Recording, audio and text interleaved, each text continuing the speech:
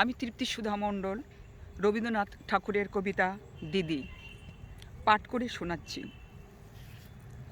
নদী তীরে মাটি কাটে সাজাইতে পাজা পশ্চিমী মজুর, তাহাদের ছোট মেয়ে ঘাটে করে আনাগোনা কত ঘষা মাজা। ঘটিবাটি থালা লয়ে আসে ধেয়ে ধেয়ে দিবসে শতেকবার পিত্তল কঙ্কন, পিতলের থালি পরে বাজে ঠন ঠন ঠন। বড় ব্যস্ত সারাদিন তারই ছোট ভাই, নেড়া মাথা কাদা মাখা, গায়ে বস্ত্র নাই। পোষা পাখিটির মতো পিছে পিছে এসে বসি থাকে উচ্চ পারে দিদির আদেশে। স্থির ধৈর্য ভরা ঘট লয়ে মাথে, বাম কক্ষে থালি জায়বালা ডান হাতে ধরি শিশুকর।